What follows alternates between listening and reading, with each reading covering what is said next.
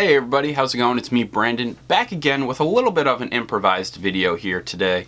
And this is on a topic that I really want to talk about, and it's something I thought of just yesterday when I was driving in the car. But because I love it so much, I really want to discuss why 2018's Spider-Man by Insomniacs Games is my favorite iteration of Spider-Man ever.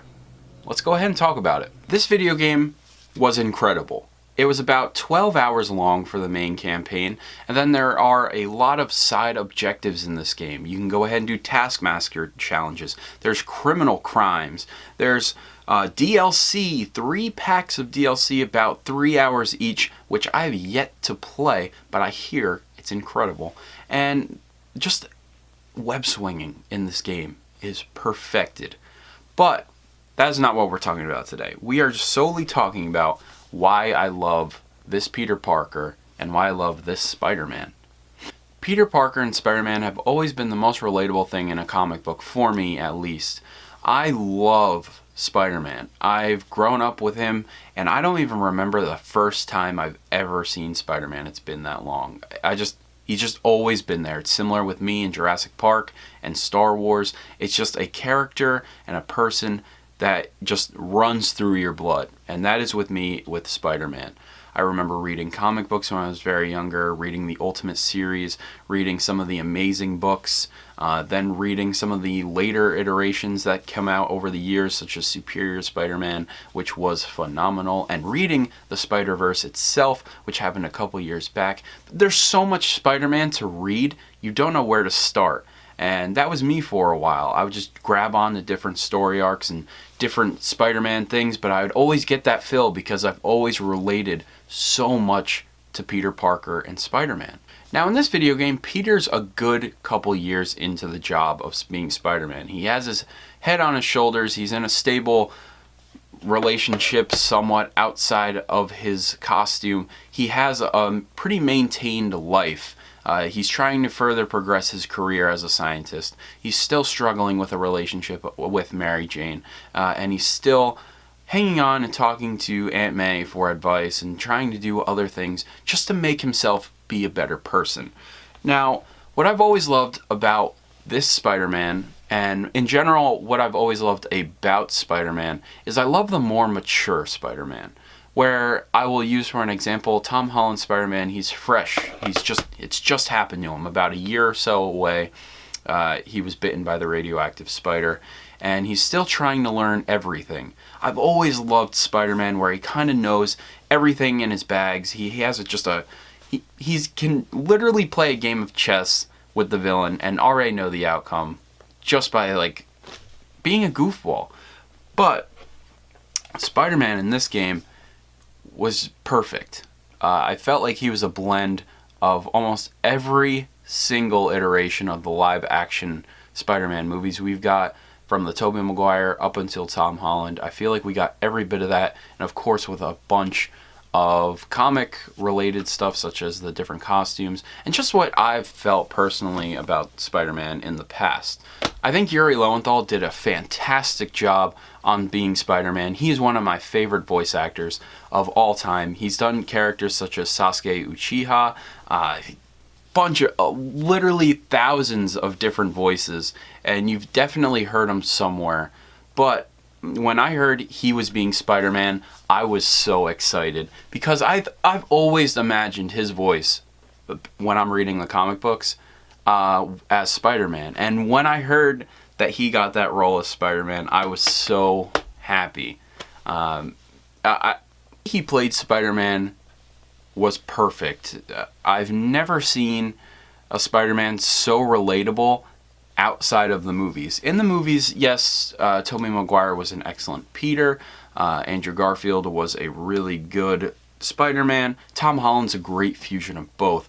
But Yuri Lowenthal's played so many characters across anime, many video games, even in TV shows, and he's just done one hell of a job throughout his whole career, and he brought everything he possibly could to Spider-Man. I may be a little bit biased because I love Spider-Man. I think Yuri Lowenthal's excellent and all this other stuff, so it's like a perfect fusion to me personally. I couldn't be happier. And just seeing a lot of the more intimate moments with Peter and Mary Jane, or Peter and Aunt May, or Peter and Miles, and all these different characters within Spider-Man 2018, you just really, you wanted more of the personal, just life of Peter. You always felt bad for him. You're always rooting for him. There were so many different opportunities, so many different emotions shared throughout that video game that once I finished the story, I was speechless. If I were to reference this character to anything that I can really remember, it's what I remember the 90s TV show of Spider-Man mixed with some Tobey Maguire, as in the Raimi films. It is just me. That is what I've pictured. Again, everybody has their own depiction of Spider-Man, but to me, he was coming from all angles of everything I wanted. I remember playing Spider-Man and sitting down after I beat the main campaign, and I was like, wow, there was times where I'm web swinging, and I felt like it was an extension of the Raimi movies. And even the suit, or the spider symbol in this game, seriously resembles the Raimi suit. I just can't believe it. And now we can actually use the Raimi suit in the 2018 video game. Thank you, Insomniac Games. You guys are amazing. That aside, though, Spider-Man has always been a character near and dear to me. One of my favorite characters ever. I even said it to myself while playing this game. I don't plan on buying a PlayStation 5 right away, but if they announce Spider-Man 2 and it's in a launch window or a launch year for the PS5, I will no doubt be buying a PlayStation 5 because of solely Spider-Man. This is a game where I've played pretty much every other Spider-Man game that's come out the past couple of years, and I'm usually okay with them. I never find them amazing. I thought more of the PS2 era and even the Spider-Man 90s Neversoft games were terrific, but this game was just, it literally felt like its own movie, its own continuity. It has all this own stuff. Supposedly it still exists in some video game, cinematic universe, connected world, and I cannot wait to see what happens next with Spider-Man, with this amazing world. The ending of the game really set up an amazing opportunity for the sequel, and every time I saw a character that they referenced or that we've seen, you were kind of hoping, all right, where are they going? We see Norman Osborn a couple times throughout the single-player campaign, and I'm always itching. For when's the Green Goblin showing up. I'm always itching for when we hear a little bit more about Harry. I'm always itching for when I was doing those Black Cat missions. Are we ever going to see her? Are we ever going to see Taskmaster when we're doing these challenges? And some of them, you may see them. Some of them, you may not. And that was really incredible.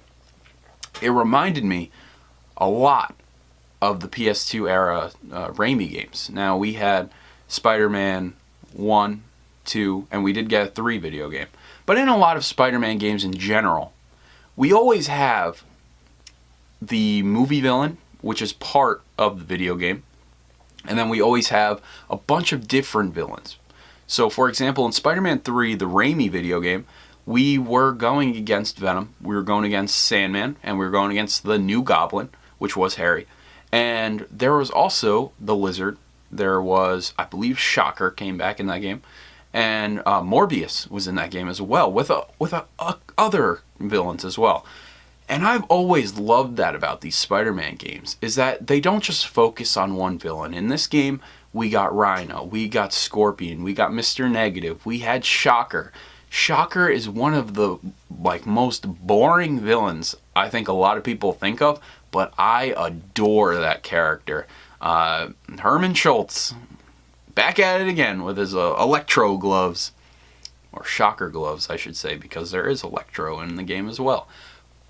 Case in point, I love my Spider-Man when he's a little bit older, love my Spider-Man when he's been Spider-Man for a while. He's acquired a lot of villains. Has the necessary knowledge to beat these guys. And has fun with it. I love that. Spider-Man, 2018 Spider-Man, fantastic. I can't recommend it enough. Like I said, this video is very improvised, so I'm just kind of gushing at the point. Please let me know in the comments down below if you enjoyed this video game. Please, what is your favorite moment? Still haven't played the DLC yet. Will probably be playing it within the next couple weeks. I know, I just kind of want to just sit through it and burn it all. But I love this character so much. Spider-Man means the world to me. I saw Spider-Verse last week. I cried. There was a really cool Easter egg with Spider-Man in there. I'm not going to say it. Maybe if I do a video review of the movie, I will do it. But fantastic movie. Spider-Man, keep firing on all cylinders. I don't want any more of these weird reboots. I just want, give me more of Spider-Man 2018. Give me a little bit more of Tom Holland, because we are getting Spider-Man Far From Home this year, which I cannot wait. I want to see some more Spider-Man Into the Spider-Verse stuff. And I want to just keep enjoying this amazing Spider-Man love we're getting, because this game was fantastic, and I think I really want to play it over again, and I may be doing that very soon. I may be actually doing it on a stream.